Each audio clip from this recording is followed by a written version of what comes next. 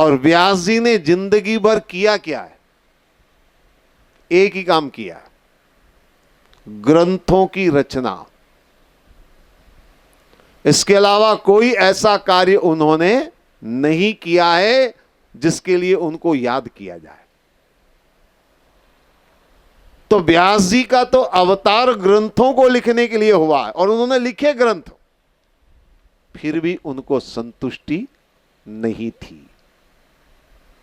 तो जो जिस क्षेत्र में आज है, उसको उस क्षेत्र में रह करके संतुष्टि नहीं मिल पा रही है। ये सबका हाल है।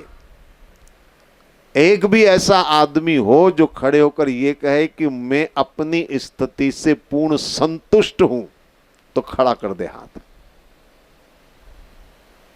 बोलिए, है कोई? नहीं है। तो ये जो समस्या है, व्यास जी वाली समस्या, ये आज की सार्वभौमिक समस्या है, सबकी समस्या है, हर मानव की समस्या है। और उसका समाधान क्या है? मेरे ख्याल में भगवान वेदव्यास जी को समाधान मिला भागवत से, भगवान कृष्ण के पावन चरित्र से। तो हम भी अगर भागवत को अपना लें, अगर हम भी भगवान कृष्ण के चरित्र में डूब जाएं, तो निश्चित मानिए हमें भी समाधान मिल जाएगा।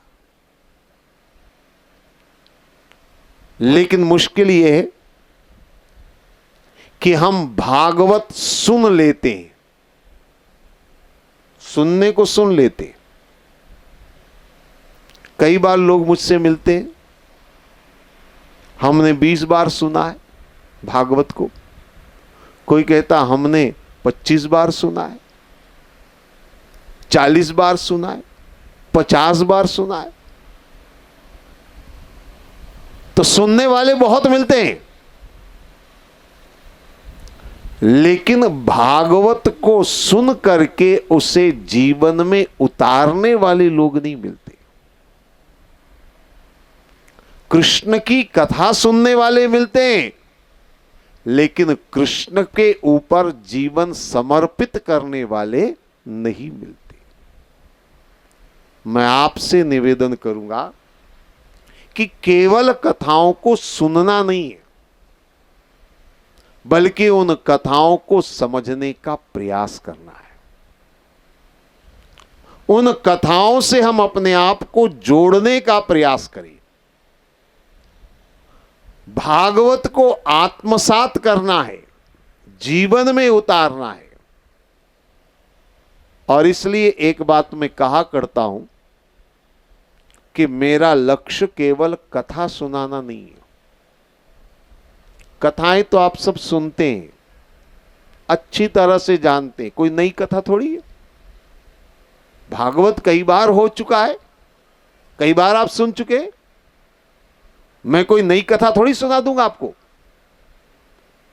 भागवत वही है, लेकिन अब हमें प्रयास ये करना है कि उन कथाओं को हम जीवन में कैसे उतारें, उन कथाओं के संदेश को जीवन में उतारने का प्रयास करना है। भागवतमय जीवन बनाना है, सीधे शब्दों में समझ लीजिए, भागवत के अनुरूप जीवन को बनाना है। और अगर हमने ऐसा कुछ किया तो निश्चित मानिए हमारी समस्या का समाधान होगा, आनंद की अनुभूति होगी, परमात्मा की प्राप्ति होगी, मनुष्य जीवन का कल्याण होगा। आइए, अब व्यास जी को नारद जी ने जब कहा कि आप भागवत लिखो, तो व्यास जी ने कहा भाई मैं जानता ही नहीं हूं तो क्या लिखूंगा। तो नारद जी ने कहा मैं सुना देता हूं, आप लिख दीजिए। तो नारद जी ने भागवत सुनानी शुरू करी और व्यास जी ने सुन करके उसको लिखना शुरू किया। भागवत में कहा गया, इदम भागवतम नाम पुराणम ब्रह्म संमितम उत्तमम श्लोक चरितम चकार भगवान ऋषि। भगवान वेद व्यास जी ने श्रीमद् भागवत महापुराण की रचना प्रारंभ करी। तो चलिए अब हम भी व्यास जी के साथ श्रीमद् भागवत कथा को आगे बढ़ाने का प्रयास करते हैं। अब व्यास जी ने शुरुआत कहां से करी, देखिए।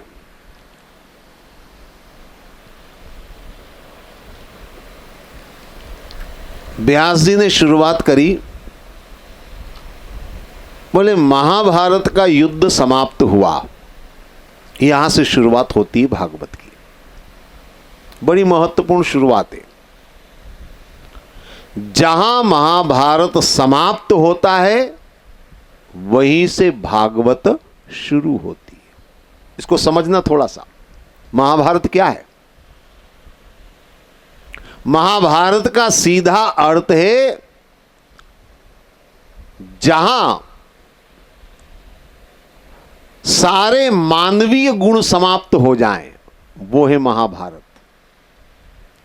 भाई भाई के खून का प्यासा, शिष्य गुरु पर हमला कर रहा है, भांजा मामा का वध कर रहा है, ससुर जमाई आपस में खून बहाने की चेष्टा कर रहे हैं, यह महाभारत है। तो महाभारत का मतलब क्या है? जहां मानवीय सभ्यता का पतन हुआ, वो है महाभारत। और आप जानते हैं, सृष्टि एक चक्र है। पृथ्वी गोल है ना, तो सृष्टि एक गोलाकार है, एक चक्र है। आपने देखा होगा, दिन के बाद रात, रात के बाद दिन, एक चक्र है। इसी तरीके से उत्थान और पतन का भी एक चक्र है। तो महाभारत का युद्ध यानी पतन का चक्र चलते चलते चलते अति निम्न छोर पर पहुंच गया। भाई भाई के खून का प्यासा हो गया, वो है महाभारत। और महाभारत के युद्ध के बाद भागवत शुरू करना मतलब यह है कि अब यहां से उत्थान की यात्रा प्रारंभ हो रही है। अब ये चक्र चल रहा है, समझ में आ गई ना? उत्थान पतन, पतन के बाद उत्थान। तो महाभारत का युद्ध जहां समाप्त हुआ वहां भागवत शुरू हुई। यानी जहां आदमी का पतन हो जाए वहां से उसे भागवत की राह पकड़ लेनी चाहिए। आज भी अगर आप देखें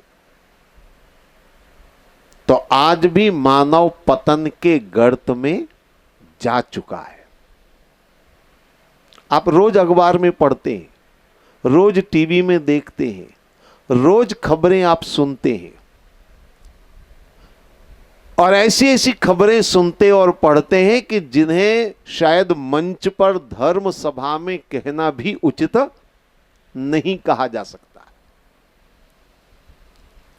बेटा मां की हत्या कर रहा है, थोड़े से पैसे के लिए बाप अपनी बेटी को बेच रहा है, क्या नहीं आप रोज सुनते हैं। इन खबरों को कहने की आवश्यकता नहीं है।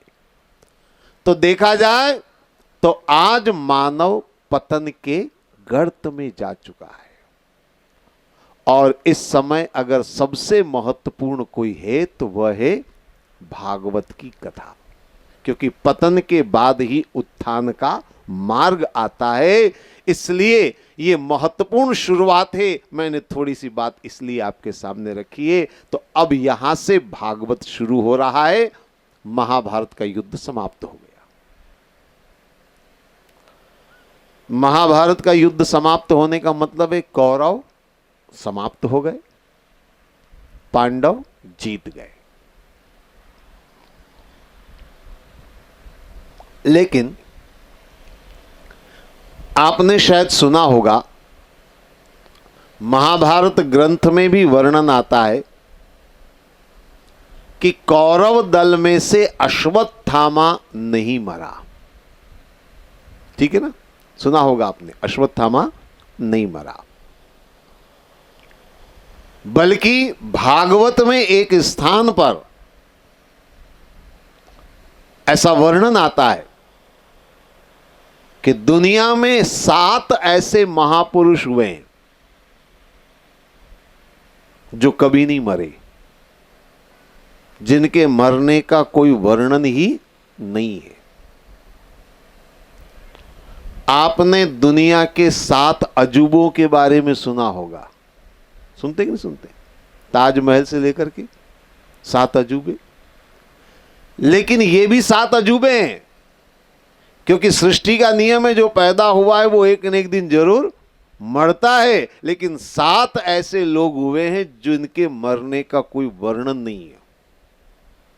ये 7 कौन है? भागवत के अनुसार अश्वत्थामा बलिर्व्यासो हनुमान च विभीषण कृपः परशुरामश्च सप्ते ते चिरजीविना। ये भागवत का वर्णन है।